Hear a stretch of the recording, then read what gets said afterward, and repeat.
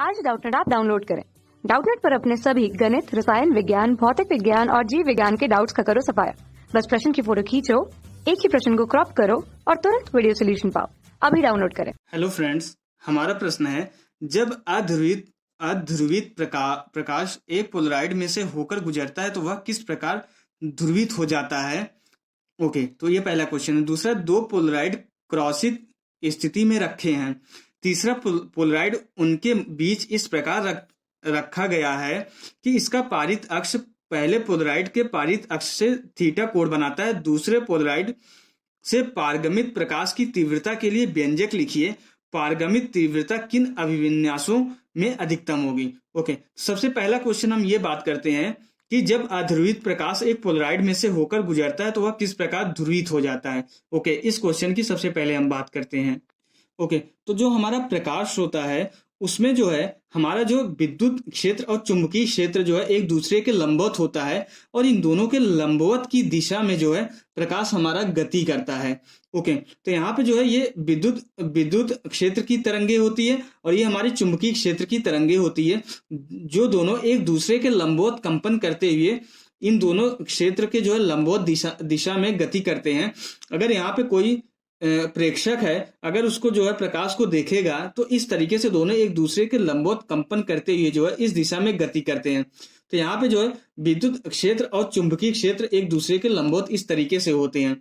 Okay, तो जो हमारा अध्रुवित प्रकाश होता है वो इस तरीके से सभी दिशाओं में जो है उसकी जो है किरणें होती है, इस तरीके से जो है सभी दिशाओं में होता है। इसमें जो है विद्युत क्षेत्र की तरंगे और चुंबकीय क्षेत्र की तरंगे एक दूसरे के लंबवत इस तरीके से जो अरेंज होती है। अब यहाँ पे जो है अगर हम अगर बात करें, ये चुंबकीय क्षेत्र की जो है दो तरंगों की अगर बात करें, यहाँ पे इसकी तीव्रता ई है, इस तरफ इसकी तीव्रता ई है। अगर इसको हम दो घटक में डिवाइड करें, यहाँ पे ये कोण थीटा बना रहा है तो ये भी कोण थीटा बनाएगा, तो यहाँ पे ये ई कॉस थीटा आता है और ये ई साइन थीटा आता है। इसका भी जो है इधर ई साइन थीटा आता है, ये इधर ई कॉस थीटा आता है। तो यहाँ पे जो है ये दोनों जो है एक दूसरे को कैंसिल करने लगते हैं, ये दोनों एक दूसरे को कैंसिल करने लगते हैं। तो यहाँ पे जो इसका जो रिजल्टेंट निकल के आता है इस तरीके से जो है हमारा अध्रुवित प्रकाश निकल के आता है। तो एक ये जो इसके जो समांतर होता है और इसके लंबवत होता है, इस तरीके से इसका जो परिणामी आता है यहाँ पे जो इस तरीके से आता है। तो जो हमारा अध्रुवित प्रकाश होता है इस तरीके से होता है, उसको जो है हम इस तरीके से भी डिनोट करते हैं। ओके, तो जब ये अध्रुवित प्रकाश जो है जब किसी पोलराइड पे पड़ता है तो वो किस तरीके से अध्रुवित हो जाता है। तो अभी तक मैंने ये बता दिया कि उसमें जो है किसी भी अध्रुवित प्रकाश जो है किस तरीके से होता है, उसमें जो है दो तरंगे होती है और एक दूसरे के लंबवत कंपन करते हुए एक दिशा में चलती हैं। और मैंने किस तरीके से अध्रुवित प्रकाश होता है ये भी मैंने बता दिया।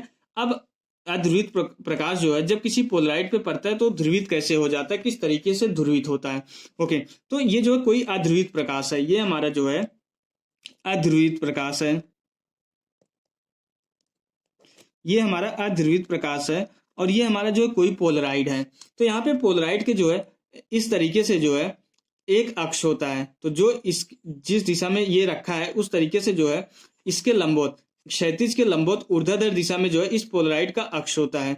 तो या पोलराइड हो या कोई भी माध्यम हो, जब प्रकाश इस पे पड़ता है तो जो इसका अक्ष होता है, जो क्षैतिज के लंबवत जो ऊर्ध्वाधर वाला अक्ष होता है, उसके समांतर जो प्रकाश की किरणें होती है, उसके समांतर जो तरंगे होती है वही बाहर निकल पाती है और इस अक्ष के दूसरे दिशा में, इस अक्ष के जो लंबवत मीन्स जो क्षैतिज दिशा में जो तरंगे होती है वो नहीं निकल पाती है। वो इस वाले पोलराइड से या कोई भी माध्यम यहाँ पे रखा हो उससे जो है नहीं निकल पाती। इसके अक्ष के जो समांतर जो प्रकाश की किरणें होती है, जो तरंगे होती है वही निकल पाती है। तो यहाँ पे जो है अध्रुवित प्रकाश जब इस तरीके से जो है किसी पोलराइड पे पड़ता है तो ध्रुवित होके ये हमारा जो है ध्रुवित प्रकाश होता है। तो यहाँ पे जो प्रकाश की तरंगे होती हैं वो सिर्फ और सिर्फ इस अक्ष के समांतर ही निकल पाती है। तो ये हमारा जो पूरी तरह ये ध्रुवित प्रकाश हो जाता है और ये अध्रुवित प्रकाश होता है। तो जब किसी पोलराइड पे पड़ता है तो ये इस तरीके से ध्रुवित हो जाता है। तो ये हमारा हो गया कि जब भी अध्रुवित प्रकाश किसी पोलराइड पे पड़ता है तो किस तरीके से ध्रुवित हो जाता है, ये मैंने बता दिया। अब दूसरा क्वेश्चन देखते हैं। ओके, तो क्वेश्चन में यही बोल रहा है कि ये P1 और P2 जो है दो क्रॉसित जो है पोलराइड इस तरीके से रखे गए हैं। यहाँ से जो है यहाँ से जो है अध्रुवित प्रकाश इस पे आता है। तो इन दोनों के बीच जो है इस तरीके से इसके पारित अक्ष के जो है यहाँ से थीटा कोण बनाता हुआ इसका पारित अक्ष एक तीसरा पोलराइड इस तरीके से बीच में रखा गया है।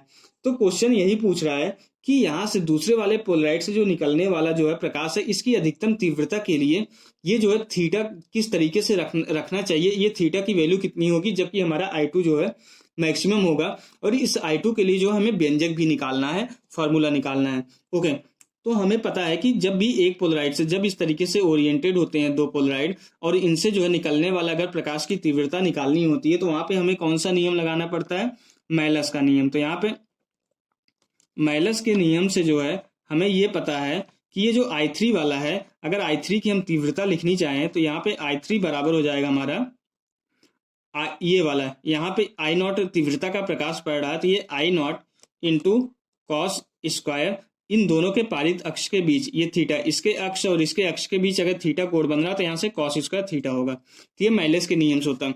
अब यही मैलस का नियम अगर I2 के लिए हम लगाएंगे तो यहाँ ये I2 बराबर हो जाएगा, ये अब यहाँ पे इस पोलराइड पे ये I3 वाला प्रकाश पड़ेगा तो इस यहाँ से I2 जो है पोलराइड P2 से जो है निकलने वाली प्रकाश की तीव्रता है। तो ये I2 बराबर हो जाएगा हमारा I3 इंटू कॉस स्क्वायर। अब इसके अक्ष और इसके अक्ष के बीच कितना कोण बनेगा, ये पूरा तो 90 डिग्री था, यहाँ से यहाँ तक के बीच कोण थीटा था, तो इसके और इसके क्षैतिज के बीच 90 माइनस थीटा बनेगा।